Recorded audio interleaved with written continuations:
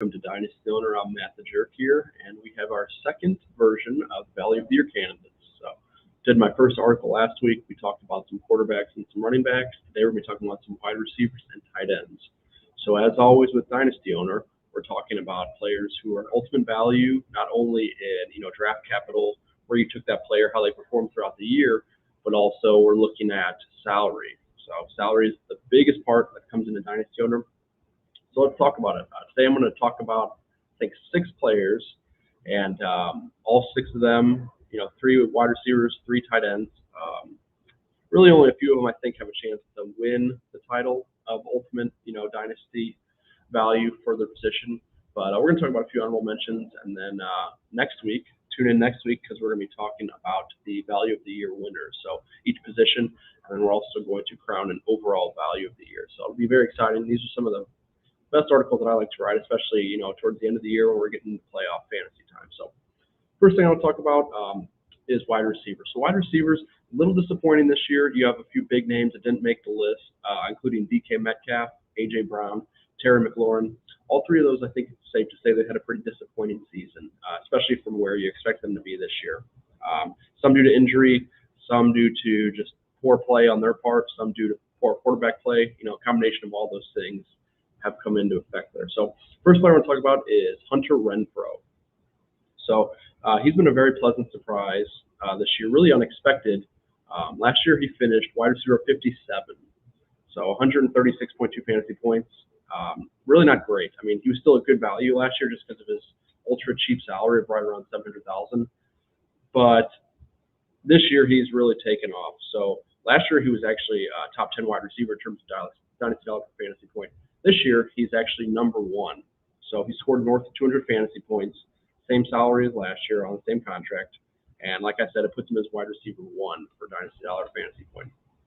Number he's sitting at right now is just a shade under $3,400. So one fantasy point for every $4,000 of salary. Great value, number 1 right now. And I don't expect that to change throughout the next 2-3 games of the season. Whether he'll become, the ultimate value of wide receivers is remain to be seen. And then also it's worth mentioning that, he didn't have a great game in week, what would that be, last week, so week 15. Didn't have the greatest game, but we've seen that when Darren Waller's out, he's getting targeted a lot more than he had been without him. So it's worth mentioning Waller could be out week 16, remains to be seen also. So next up is Deante Johnson. So Johnson, he's been a staple of efficiency really since he's under the league. A factor in that is the fact that he was in the 3rd round. So those 3rd round wide receivers, really even those late 2nd round, they're going to have some lower salaries than your top ones like Justin Jefferson or CeeDee Lamb, players like that. So they become a really good value. So he was right at about $1 million per year, still is. And excluding last week, 20 of his last 21 games ended with more than 10. Extreme stable player, at least over the past year and a half. So not only a model of efficiency, but also a model of consistency. That's what I've been saying all year for him. 3 games left in the regular season. He looks to easily cruise past 100 receptions. He's already passed 1,000 receiving yards.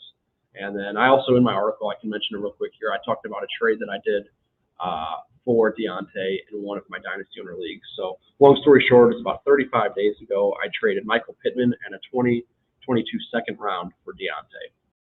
And the league I'm in, it's kind of a window. I'm very happy with that trade. It's going to look a little bit worse towards the off season when we're starting next season, looking at that rookie draft. But I did what I needed to do to hopefully. And Deante's been playing better than Pittman lately, so I can't regret that trade at least right now. Anyway, some of my thoughts. Deante is currently a 3rd ranked wide receiver when it comes to Dynasty Dollar for fantasy points, so very good. He currently sits at $4,600, one of the front runners of the wide receiver category at least. And then we have Deebo Samuel, one of my favorite players to watch all season. Running back, wide receiver. He's really been doing it all. He's been taking snaps out of the backfield and running straight up the middle. It's just amazing to see how versatile he has been. I've loved watching him all year. Either way, Deebo has been one of the greatest values of the year. His salary is $1.8 million.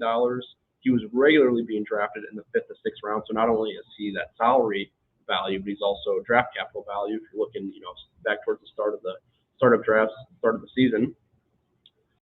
Most exciting part of Deebo's season lies in the fact, like I said, he's been used as a good running back, mainly as that for the past month. So he has 12 total touchdowns on the season, 7 rushing, 5 receiving. Over the past 4 games, he has 4 touchdowns, and all of them have come on the ground. Just great to watch. I actually saw a montage of his rushing highlights only a couple days ago, and it's just watch it a few times in a row because it's really great to see how he's been utilized. He's probably not going to win value of the year for wide receiver just because his salary is quite a bit higher than the other 2 players I mentioned so far, but he deserves to be mentioned, no doubt. If nothing else, just for for the fantasy points that he's been putting up, and with being under $2 million. Up next, we're talking about tight ends. So I'm probably going to end up spoiling it right here. Is almost guaranteed to win the value of the year for tight ends.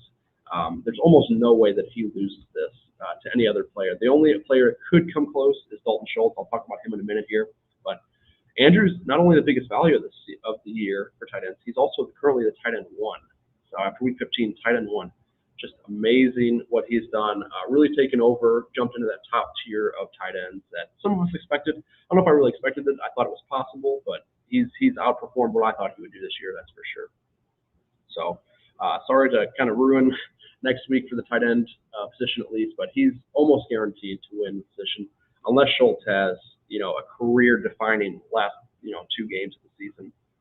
And the aforementioned Schultz, we're going to talk about him right now. He himself is having a career year, so he's already surpassed his 2020 fantasy point finish. Still has 3 weeks to go in the regular season. So my assumption coming into the season was that Schultz was going to relinquish a lot of his, at least targets, maybe not some of his production, but at least some of his targets back to Blake Jarwin. He was coming into the season healthy.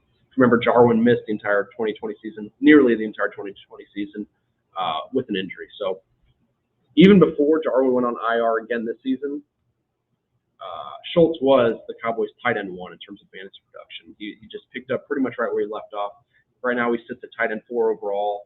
Real breakout season for him if last season wasn't. And he's only 25 years old. So as far as the dynasty impact goes, his salary is no doubt going to increase over the next couple of years when he gets a new contract at some point. But, still young, still going to be in the league for at least the next 2-3 years. So really excited from what I've seen from him. Like I said, probably not going to win the award. I don't know if he really has a chance, but worth mentioning.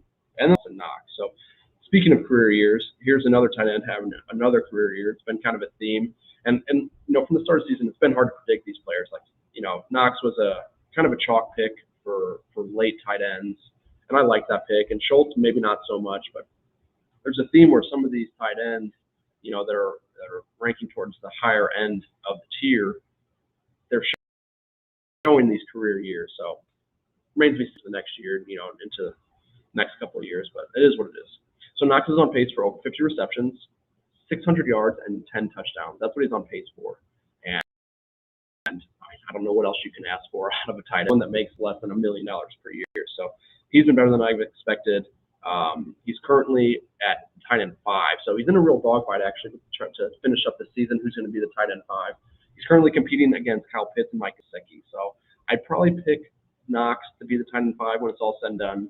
But their point totals, I think, when I look, they're like within 5 points of each other. So it's going to be a real tight race to see who finishes, in the top 5 for tight ends. And then I've said this many times throughout the season, throughout a lot of my articles, that the tight end position is extremely scarce these days.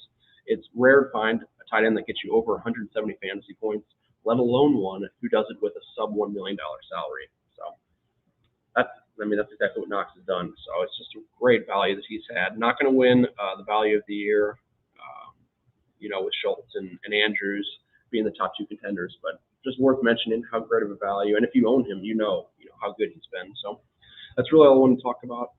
Like I said, next week we're going to wrap up probably my entire article series for this year. I might do a little recap after the fantasy finals are over, but this is about it. We're coming down to the home stretch. Good luck to everybody. If you got your first round bye and you're competing this week, or if you had to play in and you're in round 2. So I appreciate everybody listening, watching, and take care and be safe. I'll see you next week.